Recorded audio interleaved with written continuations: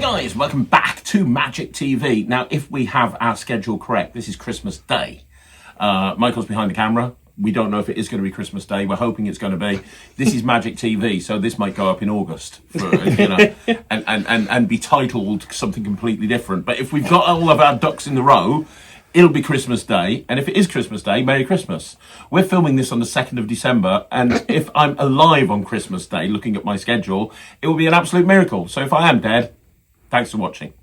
I'm here with Tom, who is also planning on dying. There's one day where he literally gets back at 3 o'clock in the morning and he's got to leave at 4 to get to his next gig that starts at 8:30 in the morning, 3 hours drive away. Yeah. If I was a lorry driver, it'd be illegal. Yeah, well, you're not, so suck it up, buttercup. However, we're batching a lot of these videos because over Christmas it's just ridiculously busy, so we're filming them when we can. And as is the tradition here on Magic TV, I'm doing a lecture. So I'm doing a lecture of a bunch of material. Most of it has never been seen before. I think there's one thing that I put in the NETRIX a long while ago, but never been seen before. And it's a lecture on really super commercial magic that's exclusive for this. It's never going to go anywhere else. I'm not going to put it on a project or anything. This is it. So it's for this lecture. Now, this is first of 2 lectures over the festive period. The first one's on Christmas Day, which is the one that you're watching. And the second one, assuming I'm alive to film it, will be on New Year's Day. So we've got 2, one on Christmas Day, one on New Year's Day. I hope you've eaten lots of mince pies. I hope you've had lots of presents and everything has worked out for you. And thank you for joining me here with Michael and Tom on Christmas Day. So this is going to be a lecture. I've got Tom involved in this because it's better when I'm explaining magic if I've got somebody who can ask the questions that hopefully you guys will be thinking of. So that's why Tom's here. But the whole idea is I'm going to perform and explain a whole bunch of tricks. So without further ado, let's hope there's a transition here. There might not be. Like I say, it's Magic TV and we're tired. But if there is a transition, it's going to happen right now. Right. Okay, so we're going to start off with a trick called Impossible Coincidence. Now, you don't know any of these tricks. No. This one's called Impossible Coincidence. Now, this is a really killer routine. And it's a great routine to actually perform after you've been doing a bunch of tricks with the deck. So let's just say I've been doing a bunch of stuff with the blue deck, and then I bring a red deck in and I say, let's see if we can make it even more complicated by using 2 packs of cards, right? Or you can do it as a standalone trick. It's great for parlor. I'm going to be using a table because I have got a table where when I explain it, I'm going to explain how to do it in the hands completely, right? But let me perform it to Tom first of all. So Tom, 2 decks of cards. We've got a red deck and a blue deck. Now, it's important that you realise that throughout all of this, you are going to make every single one of the decisions. And it starts off with a blue deck of cards. And they are in no particular order. We'll give them a mix up just to make sure that they really are mixed up, okay? And you're going to have 3 cards taken out this deck. Now, I'm allowed to see what those cards are. It's not a trick where I don't get to see them. So you're going to cut to a particular point in the deck. Wherever you cut, we're going to use those 3 cards. Now, you can cut like halfway down if you want to. You can cut a bit deeper. It's completely up to you. But what I want you to do is cut any way you want. Now, you happy there, or do you want to change your mind, go a bit deeper or a bit shallower? No, I'm happy. Turn them face up. Put them back on top of the pack. Wonderful. So you just marked where you cut.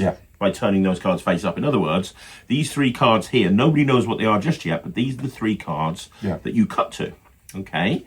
And again, it's important for you to understand, you could have cut anywhere, you could have had any one of these cards. This was kind of the decision that you made. Would you agree? I agree. Good. So these go over here. Now, the red deck. I don't want you to be influenced by looking at the order of the cards, so I'm going to spread them out face down. And we'll look at what these 3 cards are. We've got the Ace of Hearts, the King of Spades, and the 6 of Clubs. You're going to choose where to put these cards in this spread. So first of all, the 6 of Clubs, where would you like that? 6 of Clubs, I want to go there. Right in the middle, just above that one, right there. So that leaves the King and the Ace. Which one do you want to use next? The Ace. Ace, where do you want to put the Ace? Right there. Sorry, did you point there or there? On top of that one. So you want the Ace to go right there on top of that one. And then finally, where do you want this King of Spades? Let's go over here somewhere about that one. About there, like that. Now, it's really important that you realise that you made all the choices there. You decided where to put them. Square them up yourself. And this trick is called ultimate coincidence because it's important that you realise that you made all the choices there. You decided on absolutely everything. Yep. But you decided to put 3 cards in 3 particular places. And we know where they are because they've got a blue back. Yeah. So the first card, you put it right there. And this one here was the King of Spades. Yeah. And you put this card right next to this one. Yeah. You then went a little bit further down, and this card was the 6 of clubs. Yeah. And you put this one right there next to that one. Yeah. And then finally you put one card near the bottom, didn't you? There. And you put that card right there, and this one was the Ace of Hearts. Yeah. And you put that one right next to that one right there. Do you agree? Yeah. Okay. And you made all the decisions. First of all, we took a shuffle blue pack. Yeah. You cut to any 3 cards. Yeah. You then chose them where to put them. The interesting thing is you put the 6 of clubs, this one right here, right next to the 6 of clubs from the red deck. You took the King of Spades and you put it right next to the King of Spades. Yeah. And finally, you took the Ace of Hearts and you put it right next to the Ace of Hearts. Now that is the ultimate coincidence, but you know what's crazy about this is I knew you would do that. I knew you would put those cards in that exact place. And to prove that I knew that, this isn't actually a deck of cards. You see, every other card in this pack is completely blank. The only cards that are printed are the 3 that you found yourself, and everything, my friend, is examinable. Love how you do the riffle test. Isn't that fun? Yeah, I like that. I do like that. It's great, isn't it? So yeah, that's cool. We'll talk about it. It is actually a really super awesome trick. So let me explain how it's going to work. You're going to need a few things, and I'm going to talk to you about how to. I'm going to show you how you can actually set this up at the beginning, and then also how to get into this on the fly. So you're going to need a red back deck of blank cards from any magic dealer, and that just goes in the red box. There is no setup to that deck at all. There is a small setup with the blue deck, and I had it set up from the beginning, but I'll show you how you can get into that setup. So first of all, you have to pick out 3 cards. Okay, you have to pick out 3 cards. So I use the Ace of Hearts, the King of Spades, and the 6 of Clubs. Now you're going to take out the 3 red-backed cards. You're going to take out the 3 red-backed cards. These are blue-backed cards, and what I have done is I've plasti-dipped the faces. Of course you have. Well, you know how much I love plasti-dip. Now remember, this is plasti-dip, not roughing fluid, not blue glue, not like Matt's and mine's glue that we put in the stick-ups. None of that. This is actually plasti-dip. The advantage of plasti-dip is it will stick to any card in the pack. Okay, so I have plasti-dip the face of these 3 cards. Now all I do is I take a can of plasti-dip and I just hold it about that far above the card. I spray it. I leave it there for about 10 minutes or so, and then it's good. And you can feel it's tacky. It'll stick to any card in the pack, and all 3 of these have been plasti-dipped on the face. So you then take the 3 red back cards, and they will create 3 doubles. So when they will stick together like this, and they will create 3 doubles. And if you've never used plasti-dip before, how deceptive is that? No, what's that superimposed I do of yours? Yeah, superimposed uses this same principle. Yeah. So you have now 3 plasti-dip doubles. Now the other thing is you're going to need a double backer. And randomly, while I was doing this trick, I realised, and I have no idea why, there's 2 double backers in the deck. So when I sped through, there was just I have no idea why that double backer's there. It's not meant to be there. You only need 1 double backer, okay?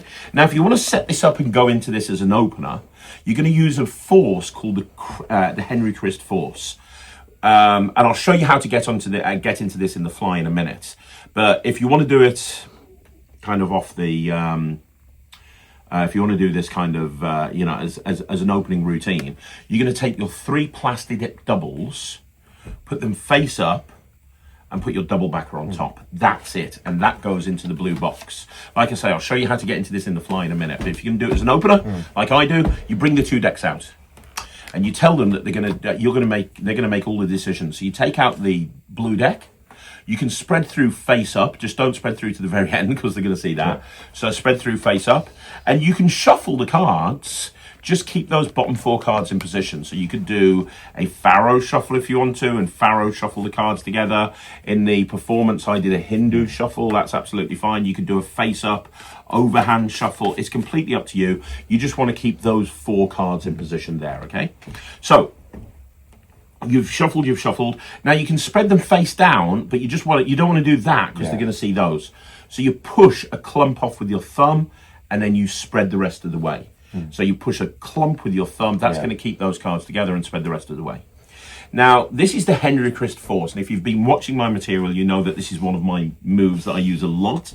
Do you use this? No. It's one of my favorite moves. Do you know? Yeah. I know what it is. So effectively, all that's going to happen is you have them cut wherever they want to. Now, for this force to be effective, you don't want them to do a shallow cut. Yeah.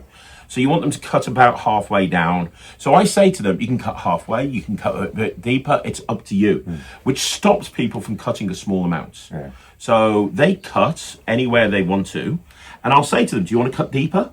And if they do, that's fine. If they don't, no problem. And you have them turn the cards face up and put them back on top of the pack face up. Now, because of that double backer, what will happen is when you spread through to the position they've cut, these 3 cards will be your 3 force cards, and that will be the double backer.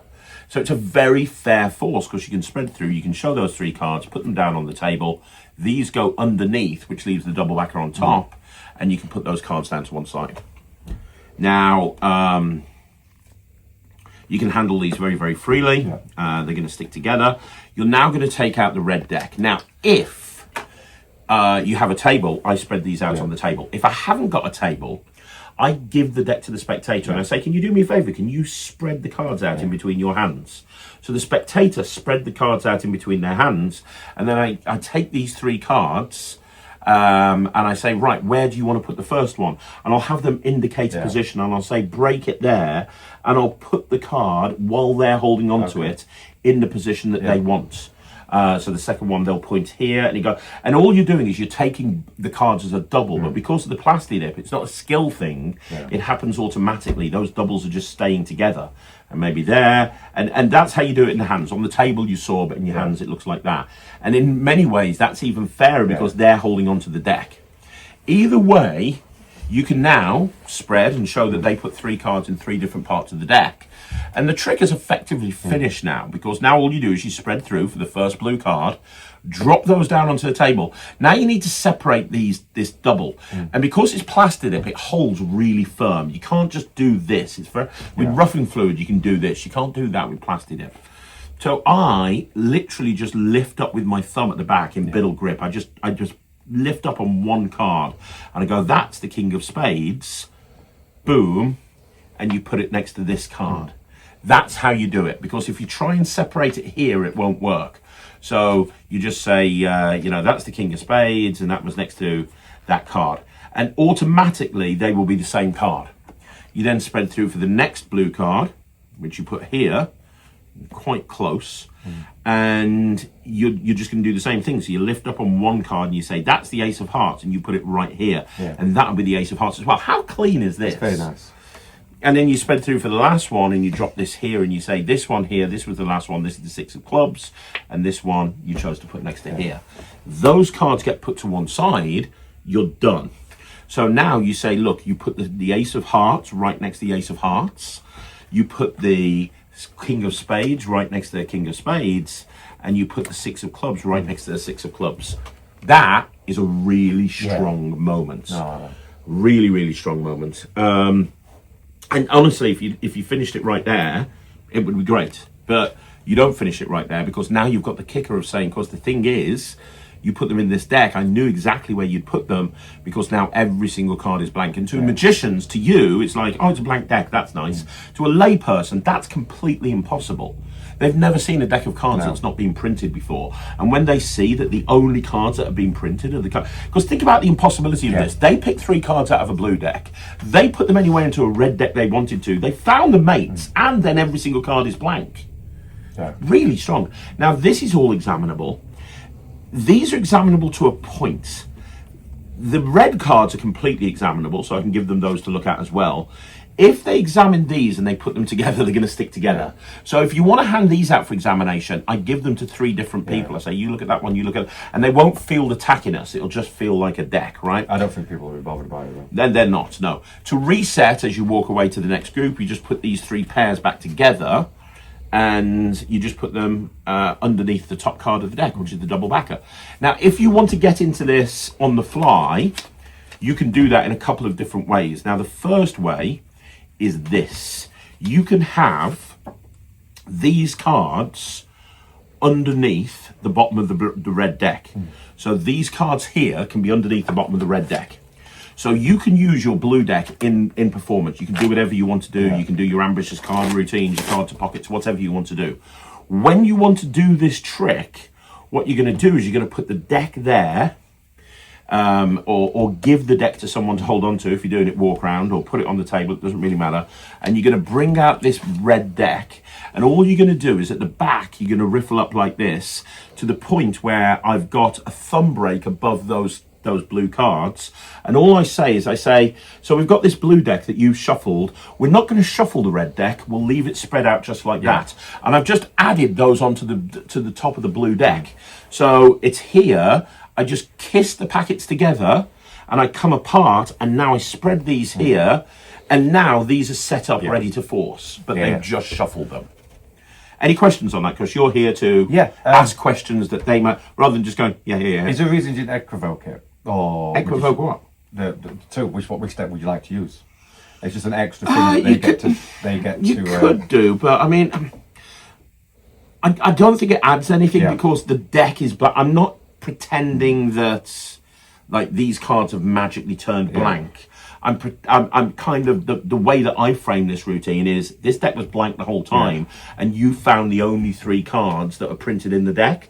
So if they had a free choice of deck, it's like, well, hang on a minute, what would have happened if I picked the other deck? Do you know what I mean? It's kind of that equivoke isn't really conducive for the end finale that I'm trying to achieve with this, if that makes sense. See, I like the this moment here where you get both decks out, you then load it, then spread it, and then go into that. I just think that looks nice. Yeah. Because then that looks like you've not messed around with any of the order. Yeah. Or anything. And then it's like, do this. Okay, so then when you get back, you go, okay, we're going to put that one there, that one there, that one there. I think that is the better method. Well, there you go. I'm glad I told you about that method. Can you do a cross-cut force? You can do a cross-cut force to it, can't you?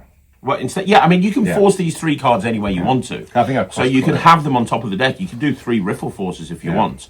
I just think that this is such a much better force than the cross-cut force in so many different ways, because they're literally, you're taking the 3 cards out of where they cut. I'm just thinking just eliminate the double back of them. Yeah, but you're going to have these gimmick cards in there anyway. It's not. I would agree if it was just a regular deck and you were getting rid of the 1 gimmick card, but there's 3 gimmick cards in there anyway. Yeah.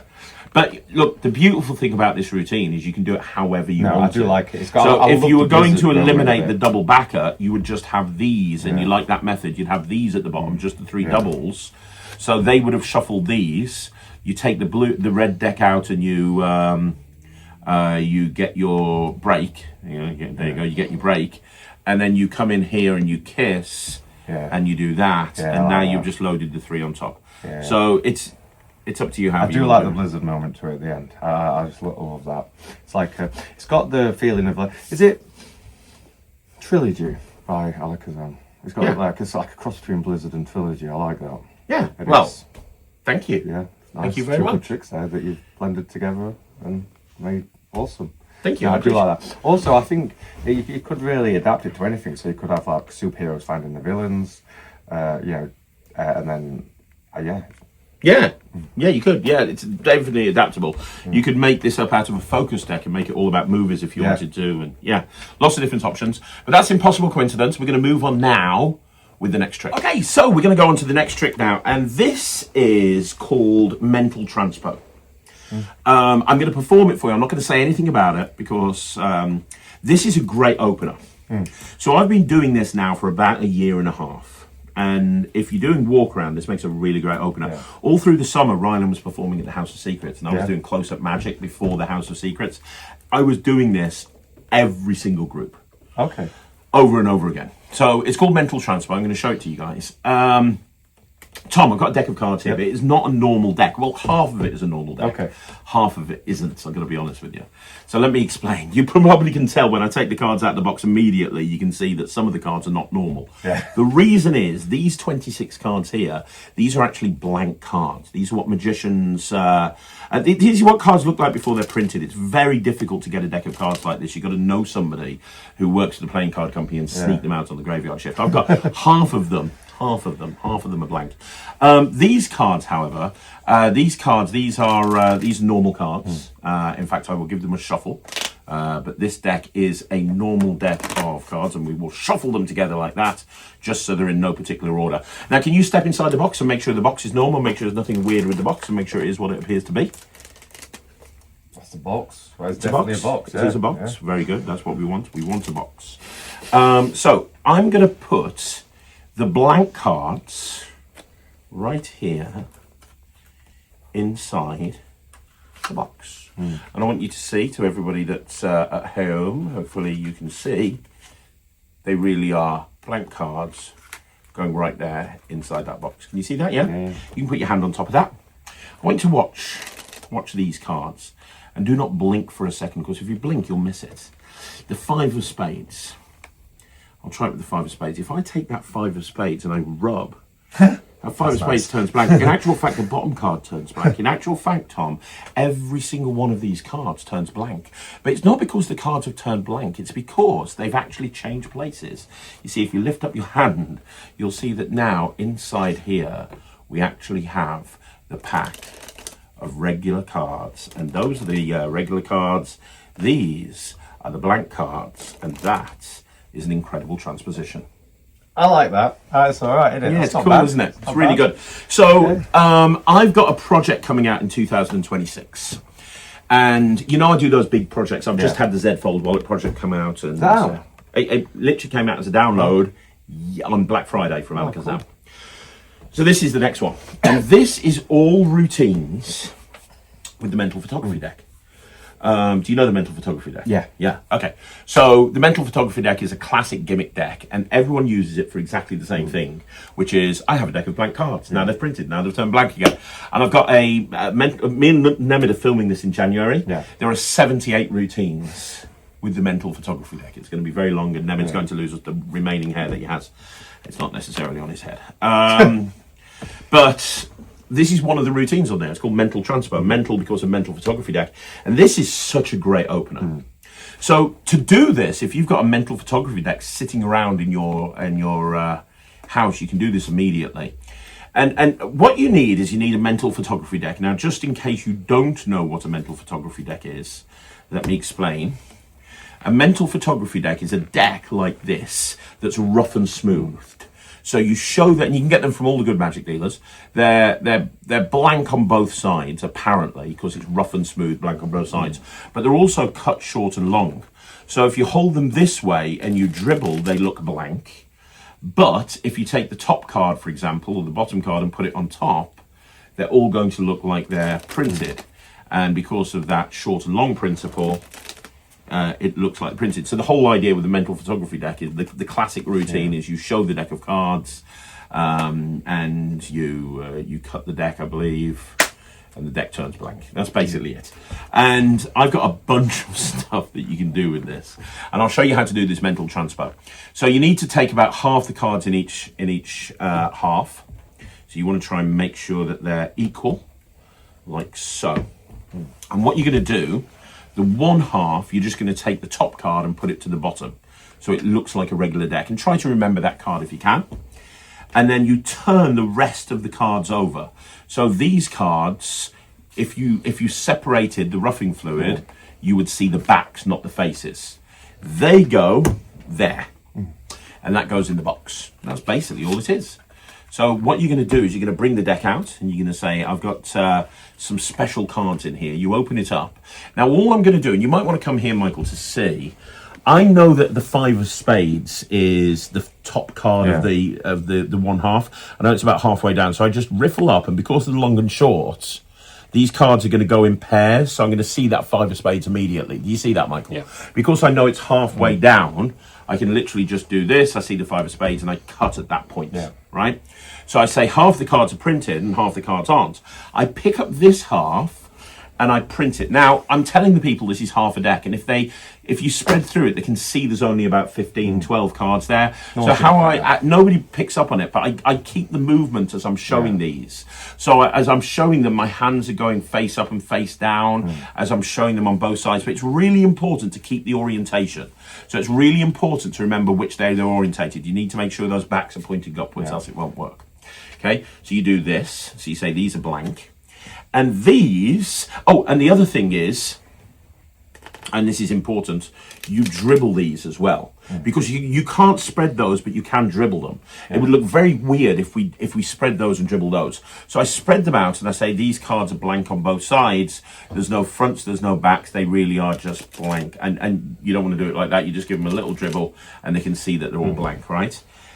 Then I pick these up and I say, now these cards are actually printed. These are just normal cards. And I just dribble them down like that and they see they're normal cards. Now, I don't want to do that display because that's kind of like a very kind of I try and avoid that magician-y display. Yeah. So what I do is I dribble them, but I want them to see the backs. Yeah. So I then riffle shuffle the cards. And because they're long and short, just like a Savant deck, they'll fall in pairs.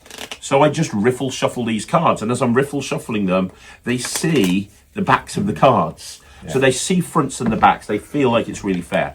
Now, I didn't do this with you, and I should have, and I'm sorry, but I can let them pick which ones they want to put in the box. Oh, okay, yeah. Because it works either way. It makes no difference. You're going to do the same thing either if they put these in the box, then those will become printed. Yeah. If they put those in the box, then these will become blank. It makes no difference. Yeah. So let's do it the other way around, because I put the printed ones in the box. Yeah. I don't know why I missed that out. I'm really sorry. So I let them see inside the box and they can examine it and see there's nothing in there. And then what I do is I take the cards and I put them inside the box like this, making sure the orientation is correct. Remember, if you want to make sure that it's that way around or that way around. So I put them in there like this, like that, and I say, remember, these are blank. And all I do is I take the front card out. Yeah. So I just take the front card out. Yeah. So I'm separating a rough double. You don't see that card there has a back because of the flap up. And as I put it back, do you want to come around here so you can see, Michael? I don't think I'm explaining this right. You take the front card out and you put it to the back, because that's now going to print the cards. Now, that seems like a simple thing to do, but Tom, it took me about 6 months to get to that point. I was trying to figure out a way of having the cards held by the spectator and with no moves printing them, and I couldn't figure out a way of doing it. And then it came to me one day, think about how clean this is. They've just seen the fronts and the backs of them. Yeah. I put them in the box. I give them one last look at it so they can see that they really are blank. And I put them in the box and I close it. Now they're printed. And that one little move just makes a world of difference. So now I've got all of these that are printed and I can do my little dribble. And if I want to do another riffle shuffle, I can do. It makes no difference. It's all good. And then all I'm going to do the change. Now, the other thing that you need to understand about this deck, because of how they're orientated, if I do a kick cut, it's always going to cut to a face. Yeah. And if I do a kick cut with that, as long as they're orientated the correct way, they're always going to see a blank card. So I just get a thumb break at my back, at the back above the bottom card. And all I'm going to do is I'm going to kick cut half the cards into my left hand. And this is a great display because they're seeing fronts and backs. I've still got that break there. Yeah. All I do is I just say, watch that 3. Because if I rub it, it turns blank. At that moment. Yeah, because it's, and all I'm doing is I'm just dropping that card there. I'm just dropping, dear me, and then it locks in place. There we go. So I'm just, if we go back to this point, I've just shown it that they're all printed, fronts and backs. I cut the cards, they see fronts, they see backs, and that's nice. I like that. You just like that. Then I can show, I don't want to show this side, but I'm going to put these underneath and I snap. And now, as soon as I spread out, they turn blank, which is just a really, really, really nice moment. And if you want to turn them over, you can dribble them again if you want to. But it's totally up to you, but you show them front and back. And now you say that can only mean one thing. And you reach into the box, and when you do, you show that all of these cards are printed and that's it. And the reset, remembering, because you've got to remember the orientation, so these are the wrong way round at the end. So the only thing that you need to do is flip this over, drop this on top of this, and if you can remember that card, that makes things a little bit easier. 9 of spades, I just put this back on top of here, put the cards in the box, now I'm reset. So when I go back to the next table, I'm just going to cut at the 9 of spades, and I'm ready to do it again. And that is called mental transfer. It's one of 70 routines with a mental photography deck that will be appearing in 2026, courtesy of Alakazam. I like that. You like it? Yeah, I really like that. It's fun, isn't it? Yeah, it's just for that moment of that. What? Yeah, and it's what I love doing, which is taking classic decks that everyone uses exactly the same way, and just kind of going, okay, well that's what everyone else does with it. What can we do with it? Yeah. But yeah, I think for me, because I'm thick, I'm never going to remember that card for the next time I perform it. I think I just borrow the cards. Yeah, you can do. Like you do that impromptu. Yeah, I say you need to remember it. You don't, because I like to remember it just as a cue, but you don't need to, because you can kind of see where they. If you look there, you can see. So if I just go there, I just know that I've got. So you don't need to remember it, but in low light conditions, I don't want to rely on that. That's why. But yeah, bowing it would work as well. So there you go. No other questions? I like that. That's good. I can't think of any other questions. Only probably stupid ones. Well, yeah, no, it's just good, isn't it? Thank you. I'd probably put elastic band around the box. Okay, so the next one that we're going to be looking at is a routine that I've been playing around with now for about a year. This is about a year old, and I call this the rules of magic, and it's because of the presentation. Yeah. But this is a really fun trick. I think you'll like this. I'm gonna perform. I'll be honest with you. The other 2 tricks are pretty much self-working. Yeah, I love that. This one's not. This one requires a bit of sleight of hand. But we'll go through all the moves. It's not that hard. So there's certain rules in Magic, Tom. Yeah. Certain rules that you can't break, and I'm going to try and break every single one of those rules using a pack of cards. And the first rule number 1, you'll get kicked out the Magic Circle if you don't do this rule. For the third time. For the third time, yeah. It's their fault. They shouldn't have let me back in. The first rule, very important rule, is you don't tell the audience what's going to happen ahead of time. I'm telling you what's going to happen. I'm going to have you pick a card from this deck, and I'm going to try and make it turn over magically in the deck. Okay. So I'm telling you what's going to happen, okay? So you can pick any card, just say stop. Stop. Nice. You're going to sign it as well, so we know this is your card. So this one here, the 6 of spades. You want to sign that one for me? Sick. So this is Tom's card.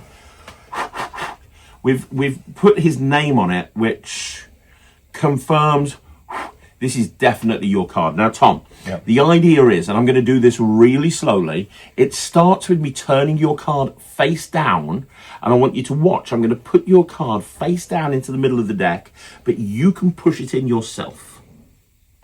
Is that fair? Yeah. Now, I said I was going to turn that card over in the deck. I just snap, and when I do, 1 card and 1 card only turns over. Yeah, that's mine. And it's your card right there. Now, the second rule of magic, and this is probably equally as important, is you never repeat a trick.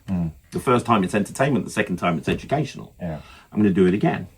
But I'm also going to break the third rule of magic. I'm going to tell you how it works. Oh. All I do is I turn it over really quickly when you're not looking.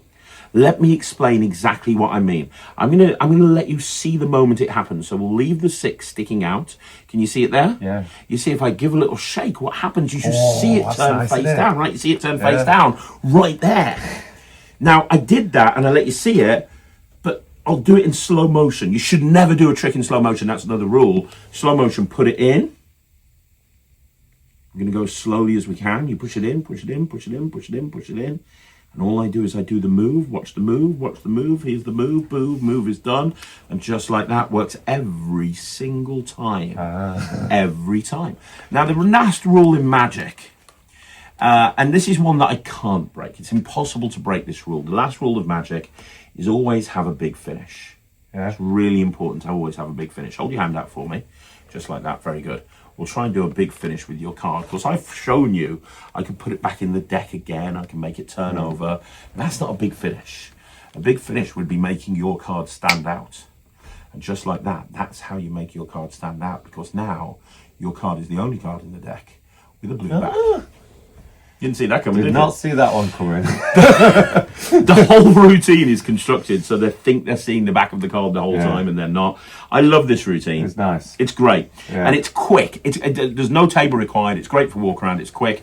It's not the easiest trick in the world, but I'm going to go through it. So what you need for this is you need two things. You need a regular deck, and you're going to need my favourite gimmick, a double backer, and you're going to need a stranger card. Now the setup is, and I'll tell you how to get up into the setup in the fly in just 1 second. But the setup is you put the double backer here. Sorry, you put the stranger card here, second from the top, and fourth from the top. You put the double backer. Yeah. That's how you do it. Now, if you want to get into this on the fly, all you have to do is this. Get yourself a joker and put the joker on top of the cards like this. So you've got joker, blue card, double backer. Have those wherever you want to get them on top of the deck. So it could be that you palm them out your pocket and put them on top of the deck. It could be that when you take the cards, it could be that you put the flap into the box like this, which keeps these three cards separate, and you put your finger on top of those three cards and just bring out the deck. Do whatever you want to do with the deck, and then as a finale you put these on top, and then you bring them out. However you want to do it, you're going to bring those three cards on top of the deck. Now, that's not the correct order, but if you then, and I bent that card, if you then take the cards, take about 10 cards, farrow them into the deck, and then strip out the farrow and drop it on top, boom, what that's going to do is that's going to put a joker on top, then an indifferent card, then a blue card, then an indifferent card, then a double backer. I like that. I've never so you just doing that. Yeah, so you just slip cut that card into the middle, and you're now set up and ready to go. So if you want to kind of do it that way, you can, or you can have it set up. Ultimately, it's card, force card, card, double backer. Yeah. So you're going to start off, give the cards a shuffle, keep the top four cards in position. That's important. Keep the top four cards in position. And then you're going to force the top card of the deck. So just have them say stop. They can stop anytime they want to. Cut the deck at that point and do a double turnover. Now, have them sign the card. And notice how many times they see a red back with this card. A lot. It's a lot, which is designed. So I've got a double here. Now, the first move you're going to do is a Tenkai steal of the indifferent card behind the selected card. I say Tenkai steal and Tom has mentally checked out. That's it. I'll stick to Chicago right now. You take your double, and you put it out jogged and to the right, held in place with your thumb. And then all I'm going to do, and if we come around here, Michael, you'll see, as my right hand apparently just moves that card slightly, this card is getting put into Tenkai palm. Now, I'll do this from the front in a minute. So you show the back of the card, you put it here, you Tenkai, so your fingers are going underneath, and you're literally just pulling that bottom card into Tenkai as you do this. So this is in Tenkai palm. Now here comes the switch. This is a very old switch from many, many years ago. My forefinger and my middle finger are going to bend inwards, clipping that card, and so my thumb can move out the way. So I'm clipping that card there as my thumb moves out the way, so it's moving from Tenkai palm to finger clip. And I'm going to come over, and what I'm going to do is take that card into Tenkai palm as I turn over the card there that's finger clipped. And then that leaves this in Tenkai palm. So again, going from here, show, steal, clip, switch. Now I'm going to take this almost into a lateral palm. My forefinger's going to go here so my thumb can move out the way. And I'm going to slide that underneath that card and use both hands to align it as a double. So that card is now reversed underneath an indifferent card. So let's do it from the front. You want to turn slightly to the left. The bad angle is to the left. So when I'm performing, I turn slightly to the left, and I'm going to do it slowly. This should look good, Michael. You tell me. So here it is here. That's the first steal. Does that look good? Yeah. Now I'm clipping, and doesn't that switch look great? Nice. Now I'm coming and I'm just lining it up underneath that card. It looks, now I can do it in full speed one more time for you, Michael. So in full speed, it looks like this. There's your 6 of spades, Tom. That's your card. I'm going to go really slowly. I'm going to turn it face down just there. I'm very proud of that. It does look great. It does look great. But, and the angles are great as long as you just turn to the left. Yeah. As long as you protect the left angle, it's great. Angle from here looks great. Yeah, because you're on the right. The left is the better. If you were over there, it wouldn't be as good. Just say. So that's why I turned to the left. You take the double and you put the double into the deck. And what you do is as soon as it gets halfway down, your middle finger and thumb hold the double, and my middle finger pushes that card into the deck, and my left-hand forefinger pushes it in the rest of the way, which means that's now a single card, so they can push it in themselves, and with no moves, it turns over in the middle. So one more time in full speed. So full speed, one last time, full speed here. 6 of spades, steal, switch, load, push, all the way in. They push, so easy. they push it in, and it's there. Look good, doesn't it? Yeah. It's such a fun trick. So now you out-jog this, and this sequence is from my routine that I published years ago on Parlour, and it's also on the NETRIX, called Reversey. And Reversey is a great routine. Don't show the other side of this card, by the way. That's important. So this is a sequence from Reversey. So I love this routine because you're talking about the rules of magic. Yeah. It's almost like they're peeking behind the curtain. So the first time it turns over, it's really important with a multi-phase routine like this that each phase builds. Yeah. So the second phase, you're here. You up jog this, and as you spin it out, I push and pull, and I get a little finger break underneath that top card, so I can put that back there and take it off as a double. So I've got a card face down underneath the face up selection. So now I'm going to take the double, put it into the deck, and you might want to come here again, Michael. So the double is put into the deck, and what happens? This is called the impulse change by Jack Carpenter. And it's such a beautiful color change. Not many people do it. You're going to use your thumb to pull the visible card up above that card there for about the width of the border. Okay, now you can't see that. Yeah. Then my forefinger is going to stretch around the right-hand side and pull the whole double over to the left, still keeping that card in-jogged slightly. And then what's going to happen... without shaking, because the shake is covering it, without shaking, the forefinger comes to the corner of this card, and because this card underneath has been pulled backwards, the corner of this card is used to be pulled into the deck. I'm going to take that away from this. That is great. I love that. Not going to do the rest of it, but that. Why not? Don't you want to learn a 10 cut? Whatever. So let me show you again in full speed, and then we'll break it down slowly one more time. So you take the 6, you put it here like this, you take it out and you just shake it. That's nice, isn't it? And it just turns over, okay? Now, you're here in slow motion again, one more time. So it's here, up jog, there's that break, there's that break. Forefinger comes over, don't go too far over. Yeah. And as I say, as I slowly shake it, the forefinger, oh, hang on, let me just get this right. As I slowly shake it, the forefinger is pulling that card into the pack, right? Now, Jack used it as a color change. So just for the sake of reference, how Jack used to use this, or still does use it, is as a color change. So he would have, like, for example, an ace, and he would take the ace and it would change into a 6. And I realized, which is great, and I realized that if you have a card face down, you're basically getting 2 reverses for the price of 1. Because this does 2 things. First of all, when you do the move, it looks like it visibly turns face down. Even slowly. But then, they're seeing the back of what they think is the card. Yeah. So now they're seeing a red back again. They push the card in themselves, and immediately I can show it's turned over again. So you're getting 2 turnover. The third phase is self-working. You just spread through the deck.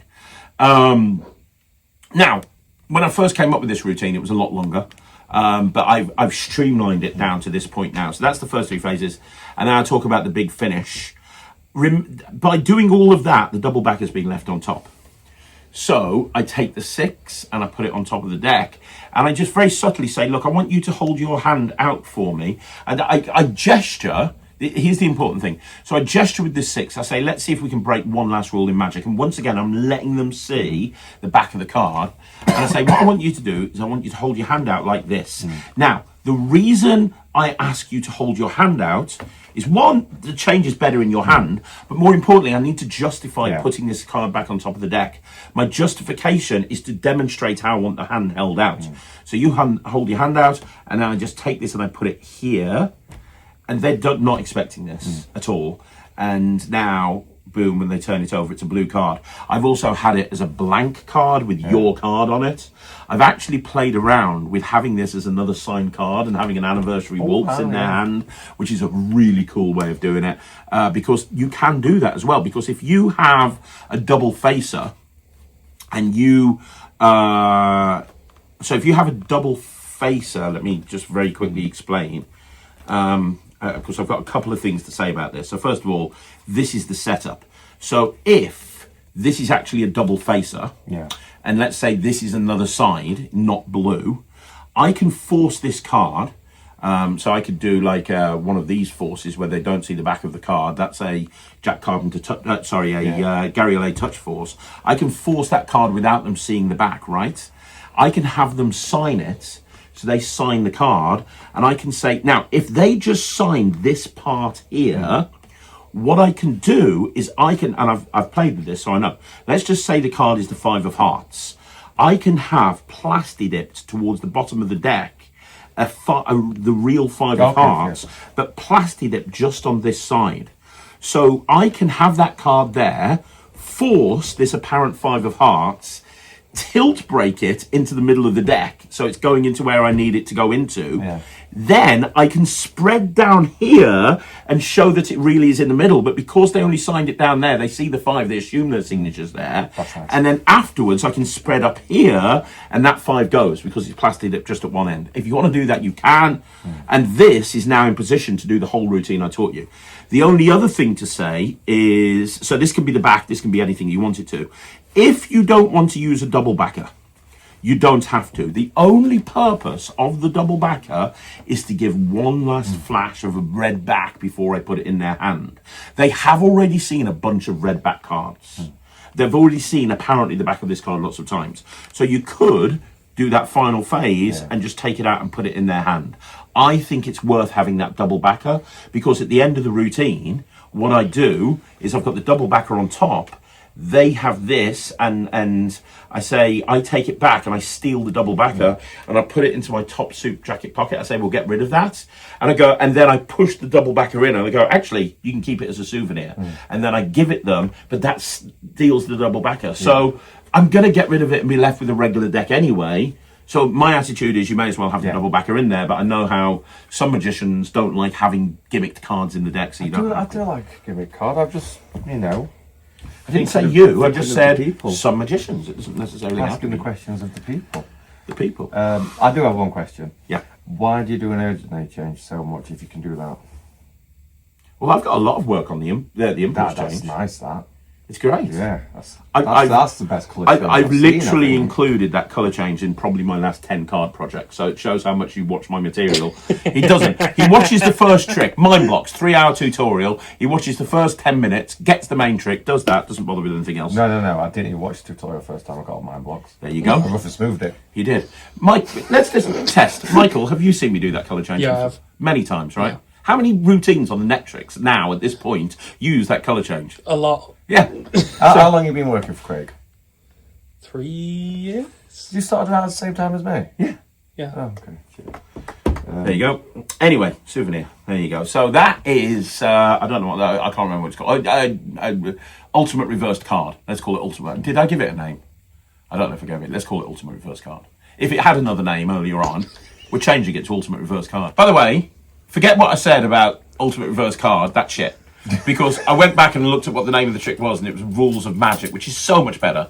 So it's what I said about it being, no, it's not. It's Rules of Magic. That's really good. This one, however, is called Predicto 2.0, which is possibly the worst name for a trick ever, but I don't care.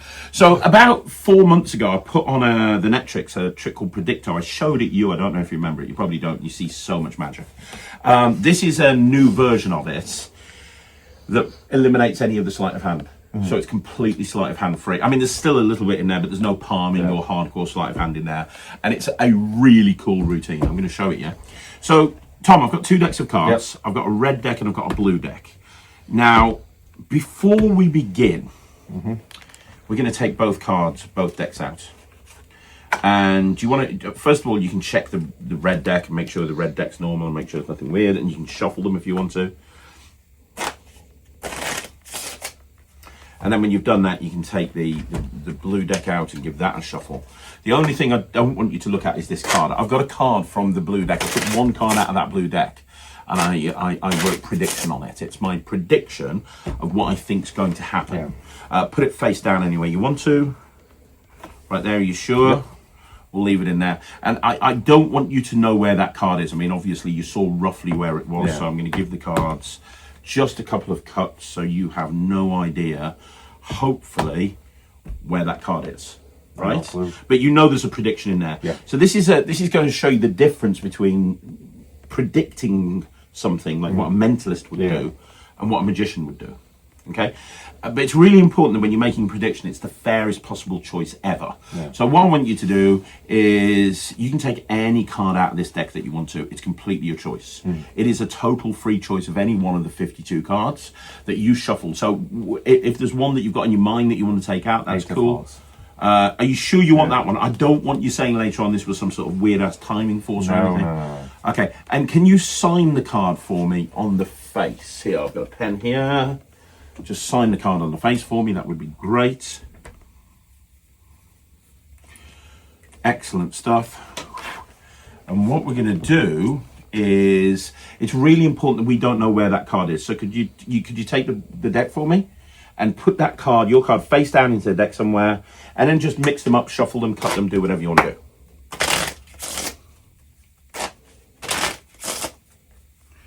Okay, so magic would be me finding that card, which I'm going to do in a bit.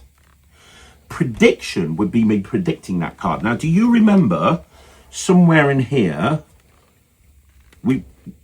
is it here? Yeah, we put a prediction. Do you remember? We put a prediction in this deck from the very beginning. That prediction has been here from the very, very beginning of the deck. And you shuffle the deck, you put that prediction anywhere you wanted to. Do you agree?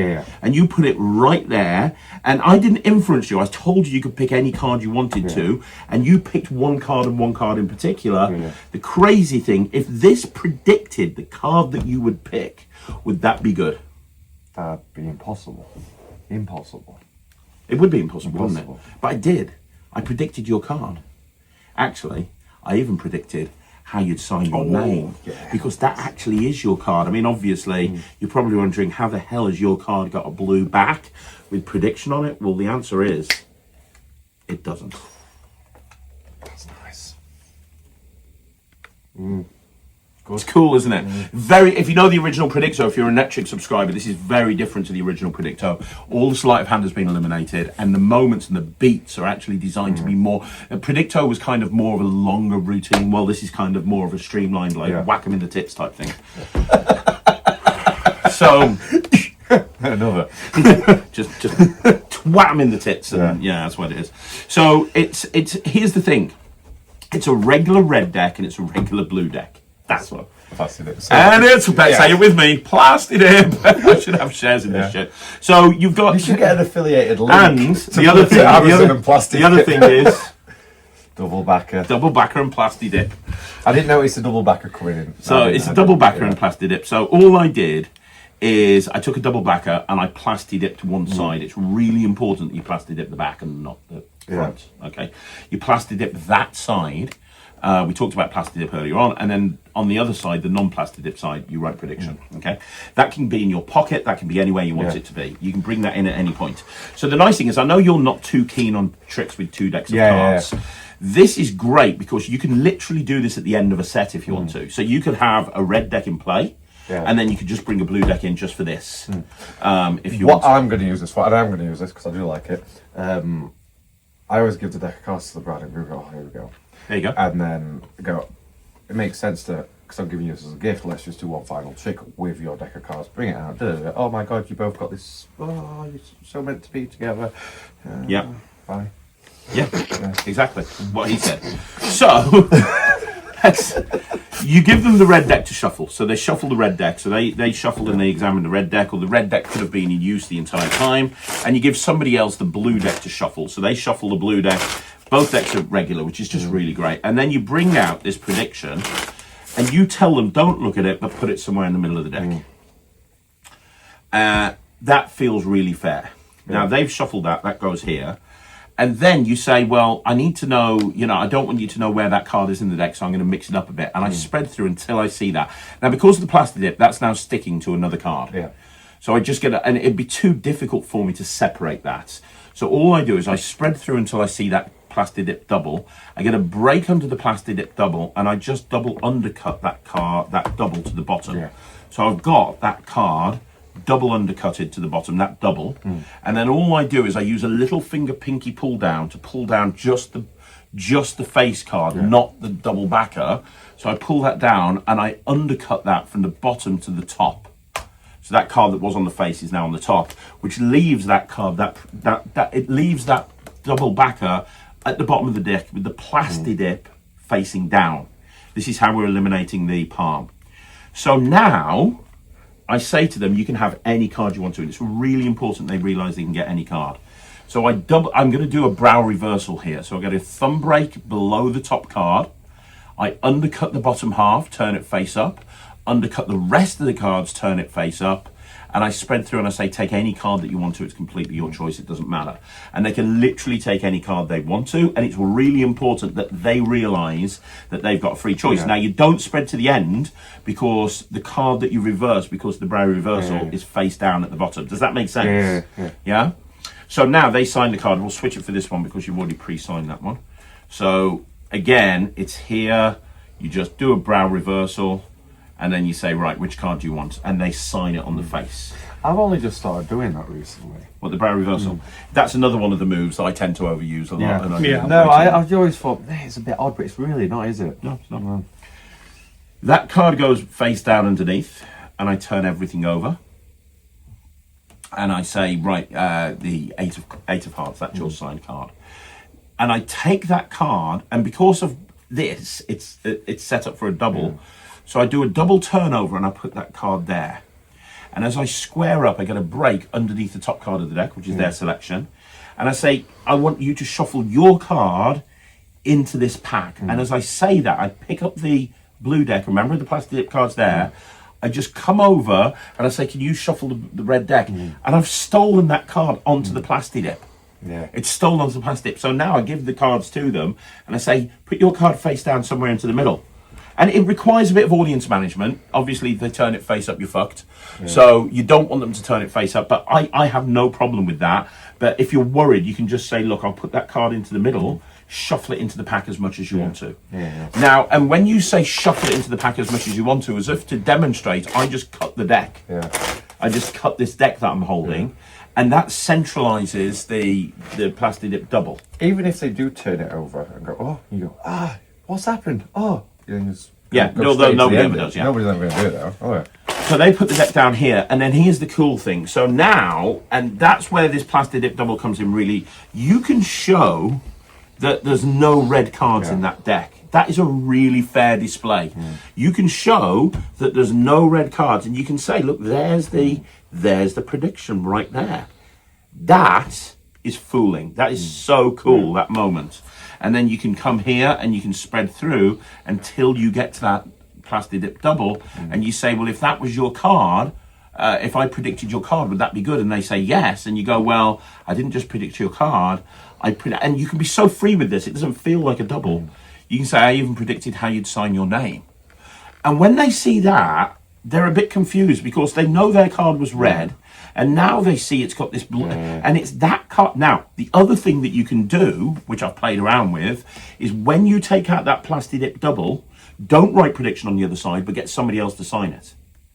So now that signed blue card is actually, that is actually the person's card. And I'll go through a little extra handling for you in a minute. So now you just turn over, and they don't know what to think about this. They don't know what to think about this at all. And now I just drop that there, and I say, of course, you're probably wondering, how is that possible? You signed a red card, and then you go, well, this is your card, and you're left with this gimmick card on top, and you can get rid of it, and you're left with a regular deck.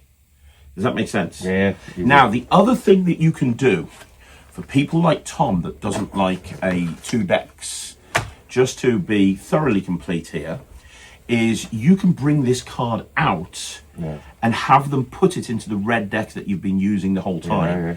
So you can have them put that in there, and you can show that it's in there, right? And you can spread through and show it's in there. Same thing, you're going to double undercut that to the face. So now it's there, and I take that bottom card and I cut it to the top. So that plastic card is now there. I can then say take any card out that you want. So they take out any card and they sign it. And I can almost do a little bit like a Chicago opener.